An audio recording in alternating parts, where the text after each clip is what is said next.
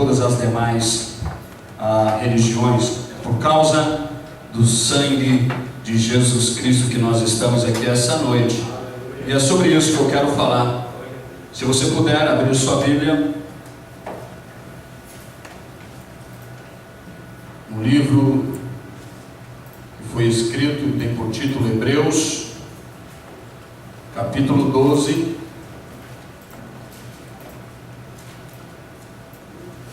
versos 18. Eu vou fazer apenas uso de um texto, mas que possamos entender.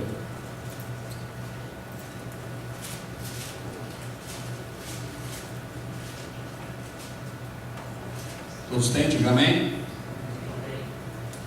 Se você não tem, diga espera um pouco. Diz o texto sagrado, 12, 18 até o 24.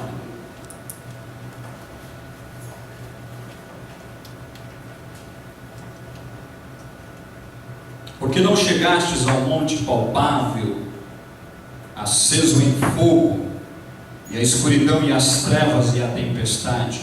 O escritor aqui fazendo uma alusão ao monte Sinai. 19. E ao sonido da trombeta e à voz das palavras, a qual os que a ouviram pediram que se lhes não falasse mais. 20. Porque não podiam suportar o que lhes mandava. Não? Se até um animal tocar o monte, será apedrejado. Falando aqui da experiência, quando o povo de Israel teve um encontro com Deus no monte Sinai. 21. E tão terrível era a visão que Moisés disse: estou todo assombrado e tremendo. Agora ele faz uma comparação. Mas, ou seja, você não chegou àquele monte, você não teve aquele encontro ali que marcava a instituição da lei, mas vocês chegaram ao monte Sião e à cidade do Deus vivo, a Jerusalém celestial e aos muitos milhares de anjos. 23. A universal assembleia e a igreja dos primogênitos que estão inscritos nos céus, e a Deus, o juiz de todos, e ao Espírito dos justos aperfeiçoados. 24, que é a base da nossa meditação. Ou seja, nós chegamos também a Jesus, o mediador de uma nova aliança, e ao sangue da aspersão, que fala melhor do que o de Abel. Se puder, repita comigo: que fala melhor, muito fraco, que fala melhor, do que o de Abel. Cubra a sua cabeça, se você puder, mais uma vez. Pai, te louvamos pelo privilégio de estarmos, ó Pai, diante da Tua presença. Na verdade, poderíamos estar em outros lugares, mas, ó Deus, fomos atraídos pelo Teu amor a este lugar. A Tua graça nos susteve e nos trouxe até este lugar. Queremos, ó Pai, dizer que o Senhor é um Deus bom, um Deus maravilhoso, e é uma honra, Senhor, é um prazer grande estar na Tua casa, não somente para receber, mas nessa noite nós queremos dizer muito obrigado, porque lembramos a Tua morte, Senhor, no nosso lugar, o Teu sofrimento, e por isso nós queremos Te dar glórias, ó Deus, essa noite. Agora te peço, Espírito Santo, preciso do Senhor, porque a Tua palavra, ó Deus, é verdadeira, ela é eficaz.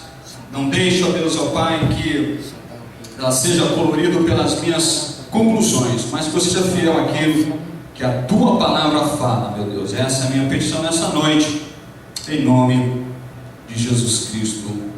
Amém. Eu quero trazer uma rápida meditação baseada nesse texto de Hebreus 24, quando o autor expressa dizendo que o sangue de Jesus Cristo, o sangue do mediador, ele fala melhor do que o de Abel. Talvez você vai ter uma versão que vai dizer aí que o sangue de Abel, porém, infelizmente, é uma tradução um pouco mais liberal, e as conservadoras não trazem essa expressão, né? somente a expressão de Abel, mas não quero entrar nesse detalhe.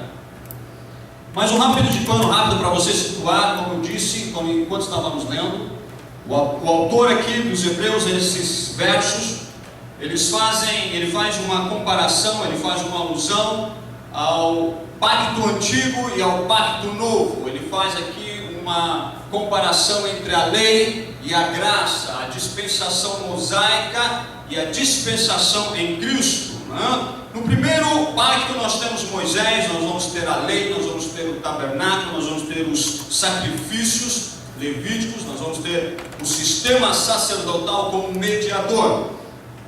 Ele vai falar aqui nos capítulos 18 sobre aquela visão, sobre aquele acontecimento quando Deus pede a Moisés que leve ao povo até o Monte Sinai, onde Deus daria ali a lei, onde o povo teria um encontro com Deus. E diz o Deus sagrado de que o monte fumegava, foram realmente um espetáculo da natureza, devido à presença não completa, mas reflexo da presença de Deus que descia ali no monte. Esse pacto antigo ele fala pela distância, de sorte que somente Moisés pôde ter acesso a Deus. Depois da instituição do serviço sacerdotal, somente o sumo sacerdote poderia entrar na presença de Deus, o mais conhecido como Santo do Santo, no lugar santíssimo, uma vez por ano, para ali ele representar o povo. O pacto antigo era um pacto que fala da distância, fala da limitação. Somente o povo de Israel, eles tinham acesso. O pacto antigo ele fala de medo, ele fala de pavor, ele fala de distância. Mas nós vamos ver que aqui depois, nos versos seguintes, o autor vem dizer que no pacto novo, ele chama o Monte Sião de um pacto novo como referência para a graça de Deus. Mas ele vem dizer aqui, totalmente diferente dos versículos anteriores, se você prestou atenção, ele vem dizer aqui que o Monte Sião é a cidade do Deus vivo, a Jerusalém celestial. Na verdade, o pacto antigo estava limitado ao terreno, ao que era palpável. Sião já não vem falar de algo palpável, algo terreno, mas algo celestial. Monte Sião vem falar de liberdade, da glória, da presença de Deus, fala do ilimitado. Por quê? Porque no pacto antigo estava restrito ao povo de Israel, ao sistema do sacrifício levítico. Mas o novo pacto ele vem falar aqui, se você observou no verso 22, que ele fala de muitos milhares de anjos, vai falar de milhares, vai falar de grandes conclusões. Mas não é isso que eu quero focar nesta noite, sobre essa questão dos dois pactos. O que eu quero trazer para você é o que o autor escreve no verso 24, e a Jesus o mediador de uma nova aliança, de um novo pacto, e ao sangue da aspersão, que fala melhor do que o de Abel. Algumas coisas eu quero chamar a sua atenção aqui esta noite. A primeira coisa é que eu quero que você entenda que em Hebreus capítulo 22, nós lemos que sem derramamento de sangue não havia remissão de pecados. Ou seja, o sangue passa a ser algo importante na Bíblia. O primeiro sacrifício, nós vamos entender, é o próprio Deus que faz para o homem ali no Éden, quando o homem peca, que Deus pega a pele de um animal, que nós não sabemos qual era, mas cobre o homem. Mas depois, no ano seguinte, você vai ver o primeiro homem fazendo um sacrifício a Deus, que é Abel. Por isso que nós estamos aqui, e por isso que o autor cita Abel. Abel é o primeiro humano citado que oferece um sacrifício a Deus. E a Bíblia diz também em Hebreus que Deus atentou, Deus se agradou do seu sacrifício. Abel fez um sacrifício, ele ofereceu algo a Deus que foi aceito por Deus, algo que foi bom aos olhos de Deus. Mas o que me chama a atenção aqui é que o autor diz que o sangue de Jesus Cristo, o sangue da aspersão, ele foi melhor do que o de Abel. Aqui não está se referindo ao sangue que Abel derramou ou foi derramado quando seu irmão caiu. Não. Aqui o autor está se referindo ao tipo de sacrifício oferecido por Abel a Deus. Apesar de ter sido um sacrifício bom, apesar de ter sido um sacrifício que fora aceito por Deus, ele foi um sacrifício que foi temporário, ele foi um sacrifício que foi limitado, ele foi um sacrifício que na verdade só resolveu um problema dele, individual. espiritual do Abel. O Abel não poderia sacrificar por outra pessoa, mas porque ele foi o primeiro, mesmo antes de existir um padrão de lei, de exigência, que nós vamos ver isso lá no livro de Levíticos. Abel conseguiu alcançar um testemunho pela fé diante de Deus, e por esse fato o seu sacrifício foi aceito por Deus. Mas não obstante dessa aceitação, como eu disse há poucos minutos, o sacrifício de Abel era um sacrifício que era limitado, era um sacrifício que foi temporário. Na verdade, era um sacrifício que falava de culpabilidade. Por quê? Porque o sangue, ele foi instituído como algo que Deus pedia para que cobrisse o pecado de alguém que cometesse uma falta. Na verdade, quando Deus estabelece a remissão, Ele estabelece baseada no sangue. Por que o sangue? O sangue, nós vamos ver que Levíticos capítulo 17, 11, Deus fala: porque a vida da carne está no sangue, pelo fogo tenho dado sobre o altar, para fazer expiação pela vossa alma. Portanto, é o sangue que fará expiação pela vida. Então, o que nós entendemos pelo texto sagrado, nós vamos ver daqui a um pouco também pela ciência, que o sangue representa o que? Vida. Na verdade, aquela alma que pecasse, ela seria o que? Ela teria direito à morte. Então, na verdade, o que havia na expiação era que o sangue de alguém, ele substituiria o sangue daquele que deveria morrer. Essa é a função básica do sacrifício. Ou seja, alguém morre para cobrir a minha falta, a minha morte. Então assim foi instituído. Se você observar a expiação, quer dizer, o ato de expiar é de reparar o sofrimento pelo qual se expia uma culpa, um castigo. No sistema do governo divino, na excelência da santidade de Deus, Deus cria algumas leis espirituais, porque Deus é um Deus excelente, Deus é um Deus perfeito. E no reino, no governo divino, uma ação negativa, ela causa uma reação negativa. Por isso que aconteceu: o homem peca, ele é expulso. O homem peca, ele morre. Ele não morre fisicamente no primeiro ato, mas ele morre espiritualmente. Ele é separado de Deus. Então, na verdade, quando Deus ele pune o pecado, ele coloca essa exigência de que alguém deveria pagar pelo erro. Na verdade, aqui o que acontece é que o homem, já desfrutando da graça de Deus, ainda que ela estivesse ainda de uma forma subliminar, Deus então estabelece de que um cordeiro, um animal deveria morrer, um inocente deveria morrer, para que o culpado pudesse viver. Basicamente é isso que acontecia no Velho Testamento. Então, por isso que Deus instituiu isso. O sangue é falado na Bíblia mais de 400 vezes. Quando se refere diretamente ou simbolicamente ao sangue de Jesus Cristo, eu quero dizer para você que o sangue de Jesus Cristo ele é o centro da Bíblia. Na verdade, qualquer distanciamento de mensagem bíblica do sangue de Jesus Cristo e de sua obra, ela vai levar a você a uma apostasia e a heresia. Nós vemos hoje um evangelho que ele não fala mais de sangue, não fala mais de sofrimento, não fala mais de morte, não fala mais de calvário. Não, mas na verdade esse negócio de sofrimento, meu Deus me livre, que palavra de maldição é essa? Eu não quero sofrer, não quero passar nada de dificuldade, mas não tem como você separar o sangue de Jesus Cristo sem o sofrimento de Jesus Cristo. Não tem como você separar o sacrifício de Jesus Cristo da cruz de Cristo. Não tem como você separar o sangue de Jesus Cristo do Getsemane. Não tem como você separar a morte de Jesus Cristo do sofrimento em que Ele passou. As duas coisas têm que andar junto. Então, na verdade, do sacrifício oferecido por Abel, o primeiro sacrifício que o homem oferece a Deus na tentativa de aplacar a ira de Deus, de cobrir a falta, porque no antigo pacto o sangue ele só tinha a função de cobrir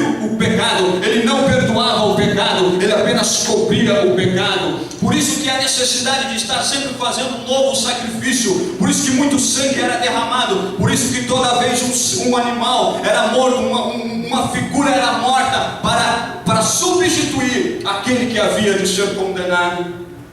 Mas eu quero dizer para você que de Abel ao sacrifício pascual, aquele que representaria também Jesus Cristo, lá em Êxodo capítulo 12, até os sacrifícios levíticos, tudo apontava para a obra redentora de Jesus Cristo. Não tem outra vida se não for e é, na verdade, o sacrifício de Jesus Cristo. Tudo na Bíblia aponta para a obra redentora e sacrificial de Jesus.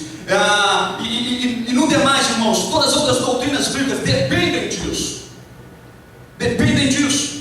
Em Mateus capítulo 26, 28, a Bíblia diz que Jesus, tomando o cálice, deu aos seus discípulos, dizendo: bebei dele todos, porque isto é o que? O meu sangue, o sangue do Novo Testamento, que é derramado por muitos para o quê? Para a remissão dos pecados. Remissão é o sinônimo de quê? De perdão dos pecados. Então, se você entender isso, eu quero que você entenda também que quando Deus institui os sacrifícios levíticos, a Bíblia diz que a arca que simbolizava a presença de Deus, não era a presença de Deus, mas simbolizava a presença de Deus, do Santo dos Santos, e o sacerdote entrava ali uma vez por ano. Ele entrava com um sangue alheio para fazer o que? Oferta e expiação do pecado anual do povo. A Bíblia diz que ele colocava o sangue era aspergido, o sangue era derramado em cima da lâmina, da tampa que existia, ali onde estão os dois querubins, de sorte que dentro da arca havia ali a vara de Arão florescida, havia um pote com maná e havia as tábuas da lei escrita por Moisés, que Deus havia dado a Moisés, sendo que Moisés quebrara as primeiras. Então, na verdade, toda vez que Deus, na sua justiça, Ele olhava para cima do Santo do Santo, por cima dos querubins, que simbolizava a glória perfeita, o estado perfeito de Deus,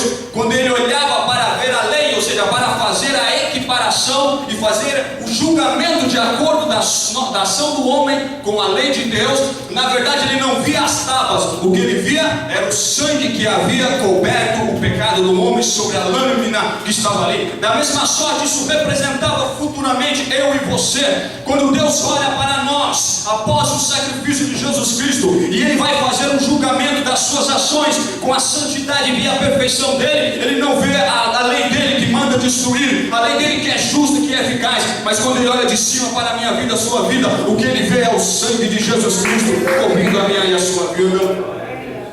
Mas para podermos entender um pouco, eu quero falar um pouco da fisiologia do sangue. Uma das principais funções do sangue é transportar vida para o resto do corpo. 5/4 do volume da quantidade do sangue, ele é circulado através do seu corpo, pelos seus órgãos, e passa pelo seu coração, na sua totalidade, a cada 23 segundos. Assim que o sangue flui nas células, ele libera oxigênio e nutrientes, e ele carrega toda a substância tóxica que foi produzida pelo metabolismo celular. O sangue possui uma divisão em células sanguíneas e cada um possui as suas atividades diferenciadas. Eu quero falar um pouco sobre o plasma, que a solução é um fluido que age como veículo de transporte. Ele transporta nutrientes. As plaquetas, elas são uma fina, transparente célula cuja função é a coagulação do sangue, ajuda na cicatrização. Na verdade, quando você corta, de repente as plaquetas começam o seu trabalho para que você não sangre constantemente e morra de uma hemorragia. Então o sangue, ele mesmo trabalha nesse sistema de defender você contra aquele acidente que você teve. Nós vamos ver que as células vermelhas, elas são uma média de 5 milhões por milímetro cúbico, elas transportam oxigênio como um combustível para o corpo. O oxigênio nada mais é do que o combustível do corpo. As células brancas são uma média de 6 a 10 mil, elas são responsáveis pela defesa do organismo, o sistema de imunidade e a produção de anticorpos contra futuras infecções. Quando nós lemos que Levíticos, Deus fala: olha, a vida está no sangue. Nós entendemos que a ciência também declara que o sangue é parte vital, como vida, na função normal do nosso corpo. Conclusão: diz o cientista que o sangue é responsável pela manutenção das condições e o funcionamento dos diferentes componentes celulares do corpo. A comunicação dos diversos órgãos é feita pelo sangue. Ele pode ser entendido como um sistema de transporte, levando nutrientes, água, hormônios e retirando resíduos do metabolismo celular. Ou seja, o mesmo meio de transporte que leva oxigênio e nutriente para os órgãos do seu corpo, é o mesmo transporte que tira aquilo que não faz bem para o seu corpo. Seria essa a básica função desse sistema que circula, desse líquido que circula dentro de nós. Assim como o sangue no nosso corpo físico, ele transporta a vida, ele transporta alimento, ele também transporta, ele também ajuda no combate, retirando do nosso organismo alguns resíduos, algumas toxinas. Eu quero dizer para você que da mesma forma, mas no âmbito não físico, da mesma forma no âmbito espiritual, o sangue de Jesus Cristo na nossa vida espiritual, o sangue dele é que traz alimento, o sangue dele é que traz oxigênio, o sangue dele é que traz hormônio, tudo aquilo que você precisa para a sustentação na sua vida espiritual. E o mais bonito de tudo é que o sangue de Jesus Cristo tira todas as toxinas do pecado que querem destruir a sua vida espiritual. Ele diz lá em João capítulo 6 e 23, diz: olha, na verdade vos digo, que se não comerdes a carne do Filho do Homem e não beberdes o sangue, não tereis vida em vós mesmos. Na verdade, o que mantém a sua vida espiritual não é o que você fez, não é o que você faz, mas é o sangue de Jesus Cristo sobre a nossa vida. Através do seu sangue ele nos mantém vivos, ele nos mantém alimentados espiritualmente, e ele nos mantém imunizados contra as infecções e as bactérias que o mundo, o inimigo e a nossa carne tentam produzir nas nossas vidas. Mas o autor de Hebreus, ele diz: olha, vocês saibam que Jesus é o mediador de uma nova aliança, e é o sangue da aspersão. Eu quero dizer para você que o sangue da aspersão, aspergir significa borrifar, colocar em gotas. Eu quero dizer para você que quando Cristo ele foi crucificado, não foi apenas uma gota, mas foi todo o sangue dele. Todo o sangue dele. Ele não ficou com reserva nenhuma, porque no final, quando aquele soldado fura o seu lado com uma lança, diz que ali vazou a última reserva de sangue e de água.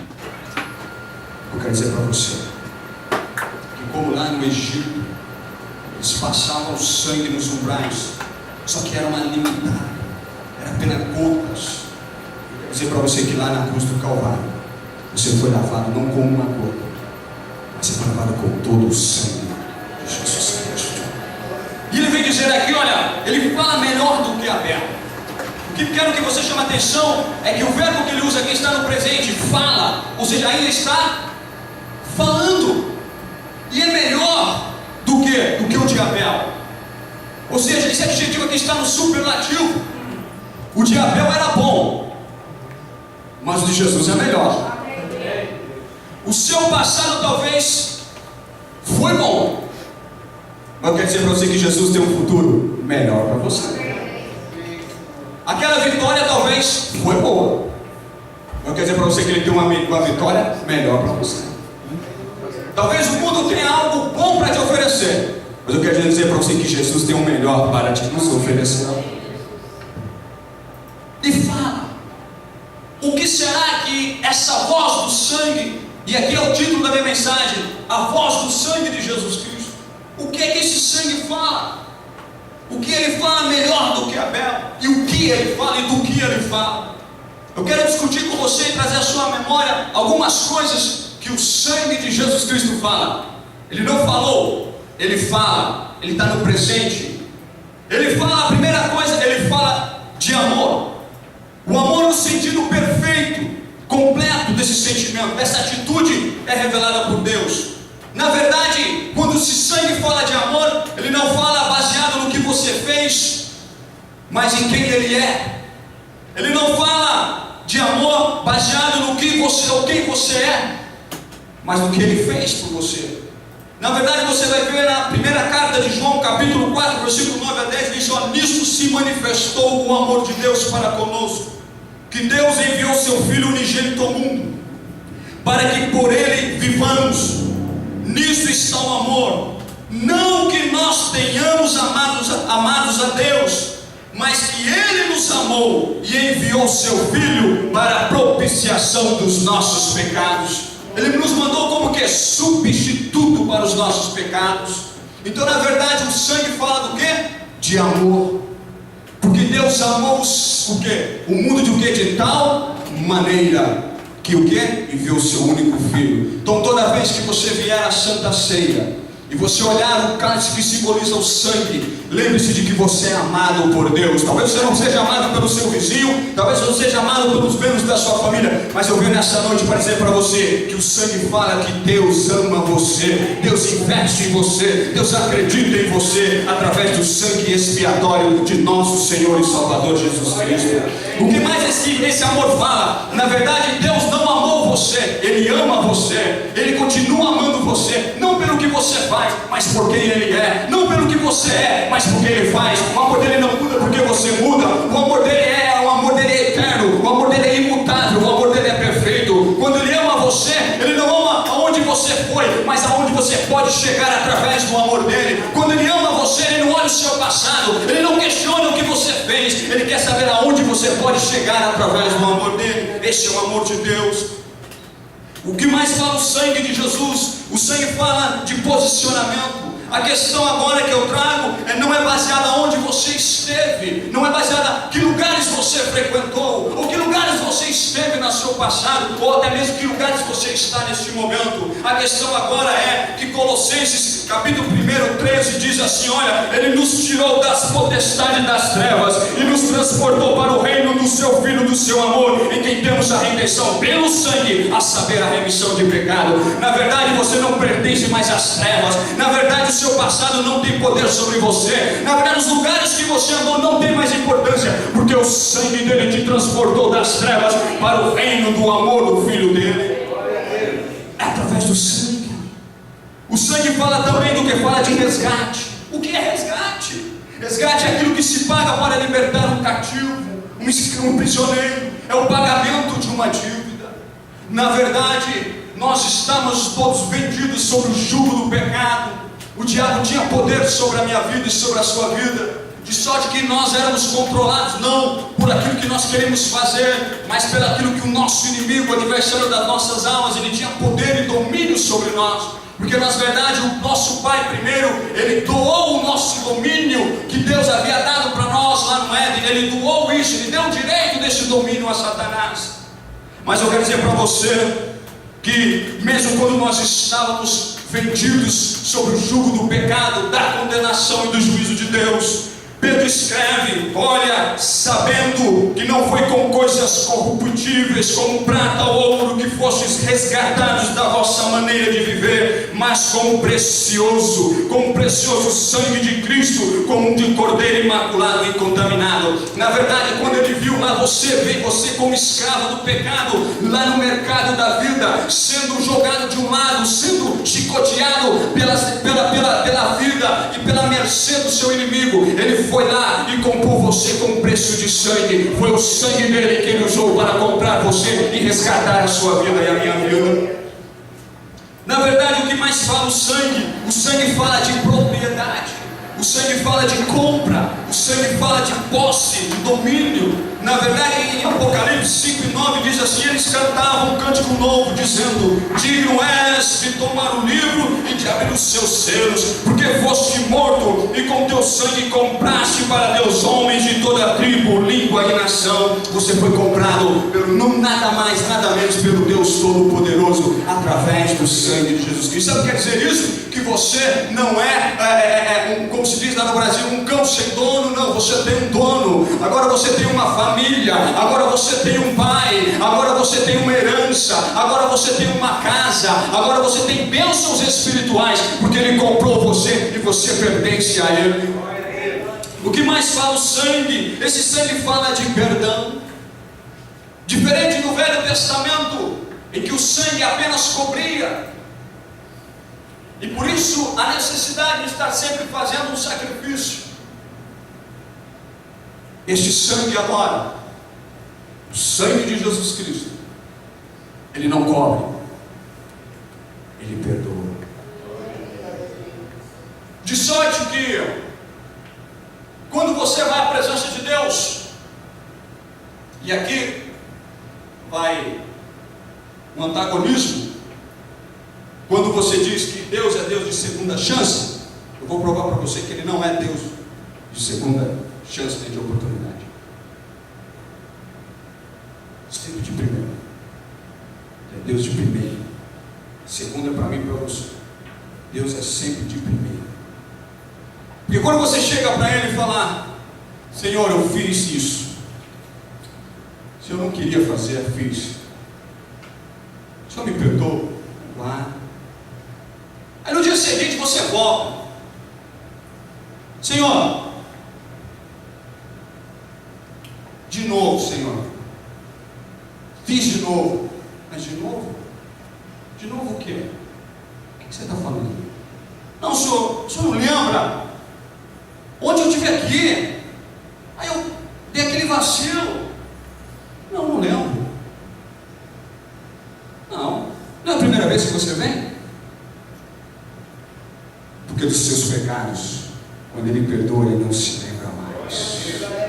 Então é como se você estivesse voltando pela primeira vez na presença dEle. Tudo isso é possível por causa do sangue de Jesus Cristo. Efésios 1, capítulo 1, versículo 3 e 7, ele diz assim: olha, e nos predestinou para filhos de adoção por Jesus Cristo para si mesmo, segundo o beneplácito de sua vontade, para louvor e glória da sua graça, pela qual nos fez agradáveis a si no amado, em quem temos a redenção pelo seu sangue, o perdão dos pecados, segundo a riqueza da sua graça. Ele não é como eu, Ele não é como você. Eu perdoo, mas não esqueço. Ou está sempre passando na cara. Não, quando Ele perdoa e esquece. Então na verdade eu quero dizer para você que o mesmo sangue que perdoou ontem é o sangue que perdoa hoje. O mesmo sangue que perdoa hoje, Ele vai perdoar amanhã. Não tem tempo, o sangue é atemporal. Ele perdoa ontem, Ele perdoa hoje, Ele continuará perdoando. De sorte que o sangue não envelhece. Por isso que o autor diz aqui que o sangue ainda fala. Porque tudo em Jesus é atemporal, até a sua obra. Na verdade, diz o escritor que Ele sustenta todas as coisas pelo poder da sua palavra. Ou seja, quando Ele disse, eu quero que você entenda isso, quando Deus disse haja luz, toda essa luz está sustentada pelo poder da palavra. Na verdade é como se estivesse ecoando na eternidade. Luz, luz, luz, luz, luz, luz, luz, luz, luz, luz, luz, luz, luz, luz. E a luz está aí. É assim, da mesma sorte, a obra de Jesus Cristo. O sangue, ele continua tendo valor. O sangue não envelheceu. Na verdade o sacrifício foi num tempo nosso, que nós entendemos foi passado, mas espiritualmente a obra continua como se estivesse valendo, como se estivesse numa continuidade. Então na verdade você está sustentado pelo perdão do sangue que continua vertendo, jorrando sobre a sua vida. Como se ele falasse perdão, perdão, perdão, perdão, perdão, perdão, perdão, perdão, perdão, perdão, e você sustentado pelo poder desse sangue que não passa. O Espírito disse: olha, Jesus é o mesmo ontem, hoje e eternamente. Assim é o sangue dele, assim é a obra dele, assim é a palavra dele, assim é as promessas dele. É ontem, não muda de verbo. Ele é ontem, Ele é hoje, Ele é amanhã. Esse é o poder que há no sangue. O sangue, o que fala o sangue fala de amor, o sangue fala de posicionamento, o sangue fala de resgate, o sangue fala de propriedade, o sangue fala de perdão, o sangue fala de purificação, de tornar limpo. De sorte que eu não tenho capacidade de me tornar limpo, porque ainda estou preso nesse tabernáculo chamado carne. E Paulo diz: olha, miserável homem que sou, pois o bem que quero fazer não faço, mas o bem que não quero, o mal estou sempre praticando. Então, de certa forma, devido a essa natureza pecaminosa, eu nunca poderia estar de frente de um Deus santo. Nunca. Entenda isso, que Deus não há espaço na perfeição e na glória de Deus para coisas imundas, para pecado. Se você chegasse diante de Deus, seríamos consumidos. Tamanha é a perfeição de Deus. Mas eu tenho uma boa notícia: nós somos purificados pelo sangue. 1 João diz assim: olha, mas se nós andarmos na luz, como Ele na luz está, temos comunhão uns com os outros, e o sangue de Jesus Cristo nos purifica de todo o pecado. Como disse para você, você não tem capacidade de se tornar limpo, mas o sangue te lava e te deixa branco como a neve, e te capacita de estar diante de Deus no louvor da sua alma. O que eu quero dizer para você, o sangue fala de acesso. No velho pacto, o sumo sacerdote entrava na presença de Deus uma vez por ano, era limitado. Mas agora, através do sangue de Jesus Cristo, Hebreus 10:9 diz: temos, pois, irmãos, ousadia, liberdade para entrar no santo do santo ou no santuário pelo sangue de Jesus Cristo. Na verdade, a porta que era fechada, ela foi aberta pelo sangue de Jesus Cristo. Você hoje pode entrar, não importa o seu estado, não importa a sua forma, não importa as suas decepções, não importa a sua bagagem de vida. Você pode, pelo sangue, Ele te dá garantia, Ele te dá acesso, né? Ele te dá o código para você entrar na presença do Deus Todo-Poderoso e lá derramar a sua alma. De sorte que você pode entrar pela força da intrepidez que há nesse sangue de Jesus Cristo. Você pode entrar diante de Deus e dizer: Abba, Pai. Abba, que quer dizer papai. Lá no Nordeste, na Dona Gina, Painho. É por causa do sangue que você tem liberdade, você tem comunhão hoje com Deus. Por causa do sangue. E muitas vezes nós viemos aqui por mais um culto de Santa Ceia. Eu quero dizer para você que a razão e a vitória nossa é o sangue de Jesus Cristo. É o sangue de Jesus Cristo.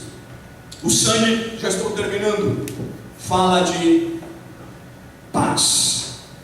Não é aquela paz que a teologia da prosperidade prega. Eu tenho que ter para ter paz. Não, não é essa. Essa paz aqui que o sangue propicia, ela vai além de você ter ou não ter. Porque na verdade é uma paz baseada em quem Deus é, na paz dele. O escritor me diz: olha, e a paz de Deus que excede todo entendimento. Ou seja, não tem como você compreender. Você já viu que às vezes tem pessoas que a casa está de perna para o ar, a semana, como dizem aí fora, foi zicada, foi zica pura, e o camarada está tranquilão. Sabe por quê? Porque na vida dele tem a marca do sangue que traz paz. É o sangue. Que ele sabe que nada vai acontecer, que o pior que poderia acontecer com ele era de estar longe do seu Criador, mas esse sangue trouxe ele perto. Então nada desse mundo exterior será capaz de tirar a sua paz. Não, de sorte que ele entende, como Paulo diz: olha, o que se separará eu do amor de Cristo? A fome, a espada, a nudez. O que me poderia me separar? Nada, porque eu estou sustentado pelo sangue. Colossenses 1, 19 e 20 diz: olha, porque foi agrado do Pai que toda a plenitude nele habitasse, e havendo por ele feito a paz pelo sangue da cruz, por meio dele reconciliasse consigo mesmo todas as coisas, tanto as que estão na terra como as que estão nos céus. E eu termino essa noite, se você puder ficar em pé. O que fala o sangue melhor do que de Abel? O sangue fala de vitória, a tão esperada vitória.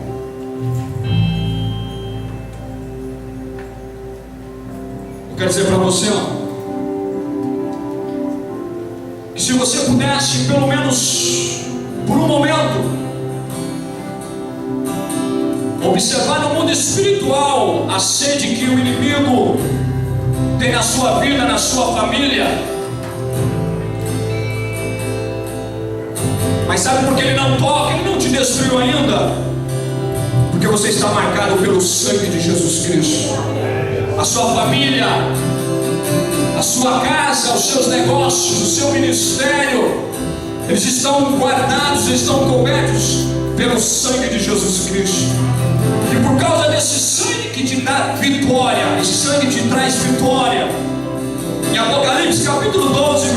10, 11.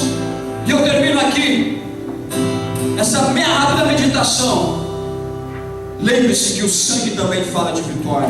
Diz assim o texto: e ouvi uma grande voz no céu que dizia: agora chegada está a salvação, a força e o reino do nosso Deus e o poder do seu Cristo, porque já o acusador dos nossos irmãos é derribado, o qual diante do nosso Deus os acusava de dia e de noite, e eles o venceram pelo sangue do Cordeiro e pela palavra do testemunho.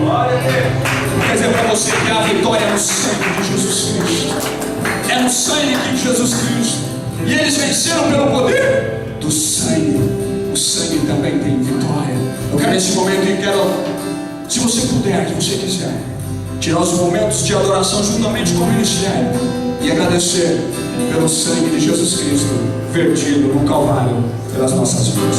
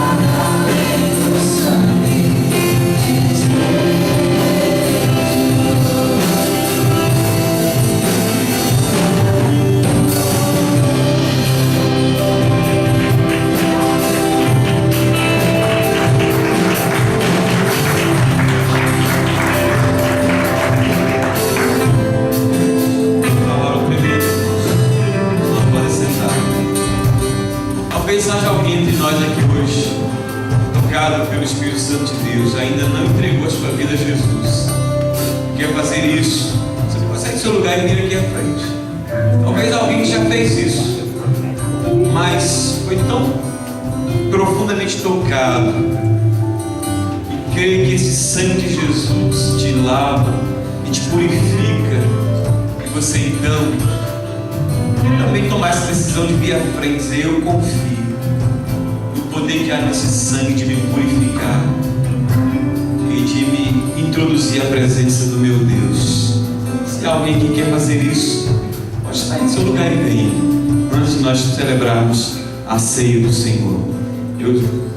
Uma oportunidade que eu gosto de dar, né? Na verdade, eu sei que não é isso que vai fazer você ser assim, mas é tão gostoso quando a gente faz isso, né? Quando a gente reage diante dessa palavra. É muito bom, muito bom. Nada além do sangue. Queridos, é uma ofensa para Deus quando nós colocamos qualquer outra coisa no lugar do sangue. Porque fora disso não tem como ter acesso a Deus. Não tem boas obras, não tem reencarnação, não tem nada. Só através do sangue. Que privilégio nós temos. Que alegria, que gozo, que glória é essa. Quanta gente tem deixado para depois. Quanta gente não tem se aproveitado desta bênção que Deus coloca à nossa disposição. Mas nós temos o privilégio de podermos nos alegrar na presença do Senhor. Queridos, esse é um momento muito especial na igreja do Senhor Jesus Cristo, e nos transporta para algo que Jesus fez há 2 mil anos atrás, e ao mesmo tempo nos transporta para tempos bem, não sabemos se pode ser distante ou não tão distante, quando nós iremos participar com Ele, não é? No reino dos céus. Esse é o privilégio dos salvos em Jesus, não o privilégio de alguém que é melhor do que outro, de alguém que já reconheceu que só através do sangue e que nada além do sangue, desse sangue que fala de maneira tão linda, não é? O que Deus fez por amor a nós. Queria te dar, se você ainda não tomou essa decisão de entregar sua vida a Jesus, queria te dar um conselho. Ou você que nos vê pela internet, não espere mais, não deixe para depois. Faça isso quanto antes, quem sabe agora mesmo. É a melhor decisão que a gente pode tomar na vida. Na verdade, não somos nós, é Deus que toma, né?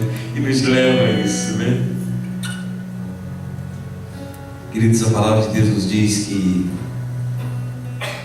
na noite que foi traído, depois de celebrar a Páscoa com os discípulos, esta Páscoa que lembrava dessa limitação do sangue dos cordeiros que eram aspergidos, ou que foi aspergido na porta da casa dos judeus lá no Egito, e que quando o anjo da morte passava e via a marca do sangue, não era quão culto eram as pessoas, não era quão rico eram as pessoas, não era quão bonitas eram as pessoas que estavam lá dentro, porque o pecado nos mutilou e nos deformou a todos. Mas a Bíblia fala que quando o anjo da morte passava e via o sangue, ele passava por cima, era o passover, né? Esse sangue daquele cordeiro temporal, ilimitado, representava o sangue do cordeiro de Deus que tira o pecado do mundo, Jesus Cristo. E nós estamos aqui para celebrar este momento, essa vitória que Jesus conquistou para nós, através do derramamento do seu sangue.